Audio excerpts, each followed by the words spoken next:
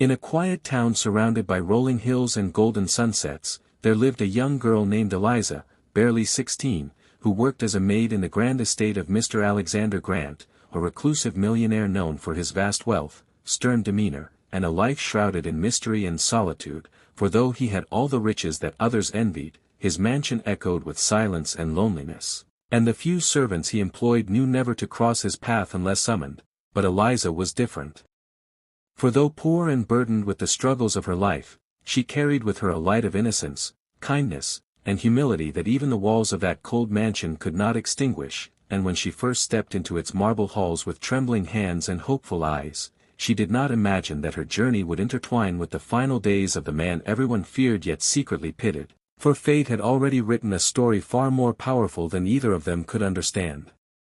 Eliza's days were filled with chores, dusting ancient chandeliers, scrubbing marble floors, polishing grand staircases, and carrying trays of meals that were rarely eaten, but unlike the other servants who worked in silence and slipped away, she would often pause to look at the closed doors of Mr. Grant's study, wondering what kind of man hid behind those heavy oak doors, wondering why someone so wealthy looked so hollow in the rare glimpses she caught of him sitting alone in the garden with only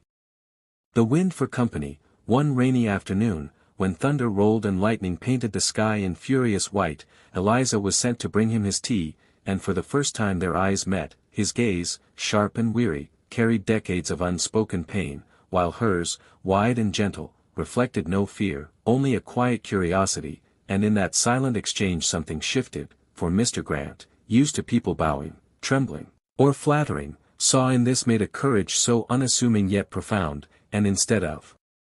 sending her away as he usually did, he asked her to sit for a moment, his voice hoarse as though unused to kindness. From that day, a strange bond began to form, subtle at first, for Eliza would speak to him about the simplest things, the blooming flowers in the garden, the laughter of children she saw in the village square, the taste of fresh bread from the market, and though he rarely responded, he listened, and in his listening, cracks began to appear in the walls of stone he had built around his heart, and little by little he let her presence linger, until one evening, weakened by illness he had long kept hidden, he confided to her words no one had ever heard, that he had lived his life chasing fortune, building empires, signing deals, buying lands, but in the process he had lost what truly mattered, his family, his friends, his capacity to love.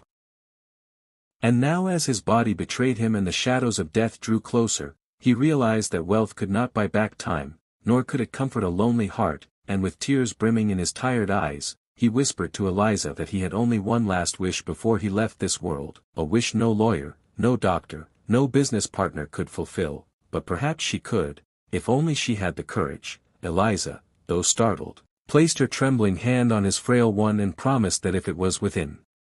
her power, she would do it, for she believed every soul deserved peace in their final moments, and he smiled faintly, the first genuine smile in decades, as though her promise alone had lifted a burden. In the days that followed, their conversations deepened. He told her of his youth, of a woman he once loved but drove away with his ambition, of a daughter he had never met because pride and anger had destroyed the chance of reconciliation, and of the empty victories that had turned his mansion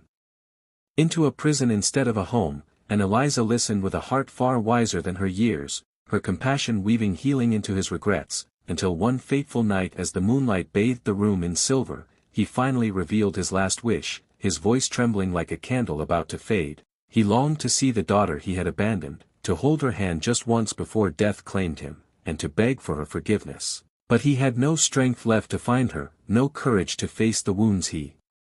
had caused, and so he asked Eliza, the young maid who had been nothing more than a stranger weeks ago yet had become the only friend his soul could trust, to seek out his daughter and bring her home. Eliza's heart pounded, for the task seemed impossible for a girl of her standing. She had no money, no knowledge of where to start, and yet she looked into his pleading eyes and felt the weight of a man's final hope pressing upon her. And in that moment she vowed she would not let him leave this